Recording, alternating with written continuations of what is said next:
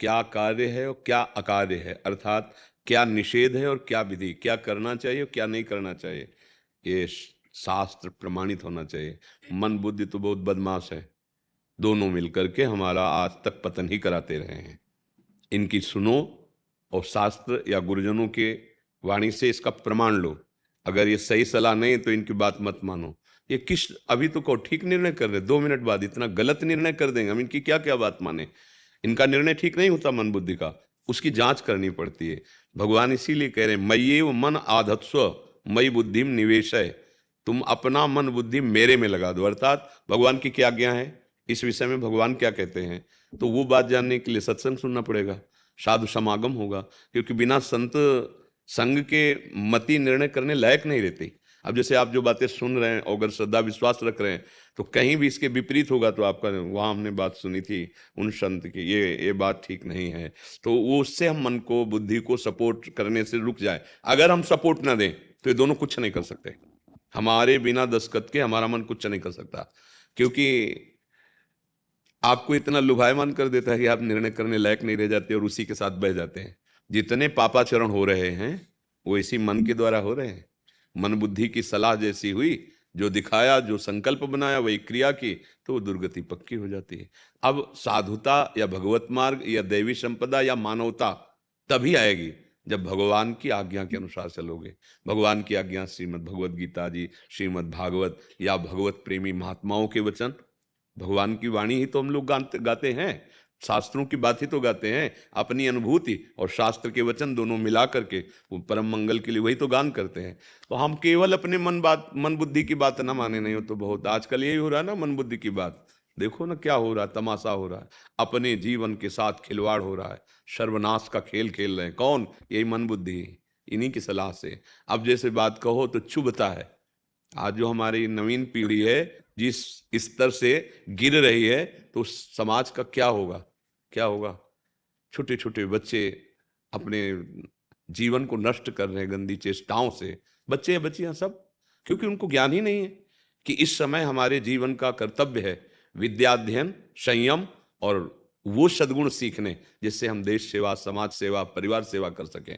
वो केवल मन बुद्धि की सलाह है ना। वो लोग कैसे कैसे आचरण हो रहे हैं, कैसे आचरण। एक बच्चा 4 फ्रेंड बनाए, वो बच्ची हो ऐसे, उनसे ब्रेकअप, उनसे वो, ये क्या हो रहा है, ये क्या हो रहा है। अपने जीवन के साथ खिलवाड़ कर रहे हो, अपने जीवन को नष्ट कर रहे हो, और इसको तुम समझ रहे हो मनोरंजन। आगे चल के देखना तुम्हारा यही मन तुम्हारी किस स्थिति को जागृत करेगा। बैठे बैठे इसी रूम में जलोगे, अशांत रहोगे, फिर जो तांडव होता है ना, फिर देख ही रहे हो, समाचारों में सुन रहे हो, संसार के हाल देख रहे हो। मन बुद्धि की बात मत मानो, मन बुद्धि जो कह रहा उसकी जांच करो शास्त्र वचन से, संतों के वचनों से। यदि सही है तो दस्तखत कर दो और गलत है तो ना, फिर ये कुछ नहीं कर सकते। मतलब मन कह रहा है ये देखो, वहां चलो, वो भोगो, चलो, नहीं गलत नहीं।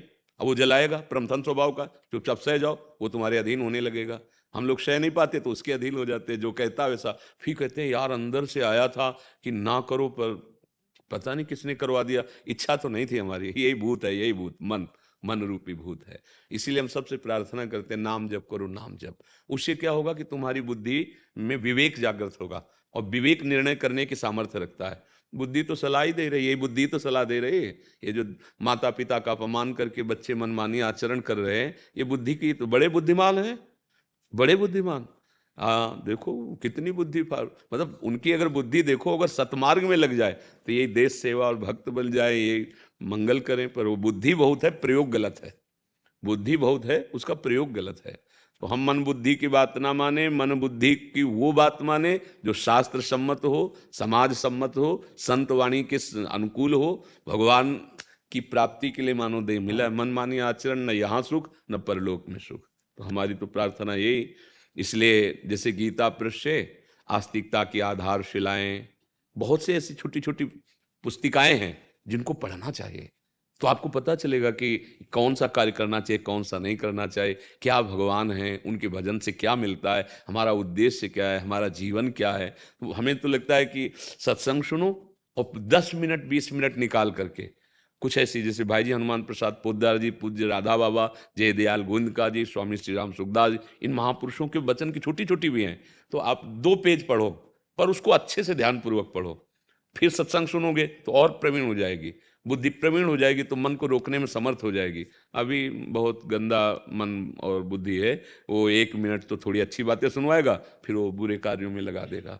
नाम जप करो, ये नाम ऐसा है, सब ठीक कर देगा। नाम जप के बिना मन बुद्धि का आज कोई भरोसा नहीं, आज क्या कभी नहीं रहा। ये मन का स्वभाव है, ये बहुत चंचल प्रवृत्ति का। एक क्षण तो ऐसा निर्णय करेगा कि आपको मित्र बना लेगा अपना, बहुत यार ठीक बात। दूसरी क्षण इतना गंदा करेगा कि आपको लगेगा कि मतलब क्या है ये। कबहू मन रंग तुरंग चढ़े, कबहू मन सोच करे धन का, कबहू मन नारी प्यारी लगे, कबहू मन त्याग चले बन का। इसकी वृत्तियां जो है ना क्षण क्षण में बदलती रहती है, ये विश्वसनीय नहीं है। विश्वसनीय सबसे बड़ा दुश्मन मन है। अगर ये ठीक कर लो तो सबसे बड़ा दोस्त भी यही है। जीता हुआ मन मित्र है, और मन के अधीन हुआ वो मन शत्रु का काम करेगा, नाश कर देगा। देखो ये जो जेल भरी है ना, ये मन से ही भरी है। ये जितने बड़े बड़े रोग है ना, ये मन से ही। हमने पाप किए, भोगना पड़ेगा। किसने पाप करवाया? इसी देवता ने, इसी दे। ये कर लो, बहुत बढ़िया रहेगा। तो इनको ठीक करना पड़ेगा। इसलिए भगवान गीता जी कहते मन मना भव मद भक्तो माद्या जी माम नमस्कुरु। ये मन मेरे को दे दो, लेकिन सब कुछ देने के लिए भले राजी कर लिया जाए, मन नहीं देंगे। और भगवान कह रहे मन मना वो, भगवान कह रहे तुम्हें दान करना है, ये मन मेरे को दे दो। मेरे सबकी ममता ताग बटोरी, मम पद मन है बांध। फल फूल चढ़ा देंगे, मन नहीं देंगे। और काम बनेगा मन देने से। सा वही मन कृष्ण पदारविंदयो, मन भगवान के चरणों में अर्पित कर दिया। कोई और दान करने की जरूरत नहीं रह गई अगर मन दान कर दिया। हम लोग थोड़ा कंजूस हैं, और कुछ देने का उत्साह रख सकते, लेकिन मन नहीं दे सकते। और गति बनती मन देने से।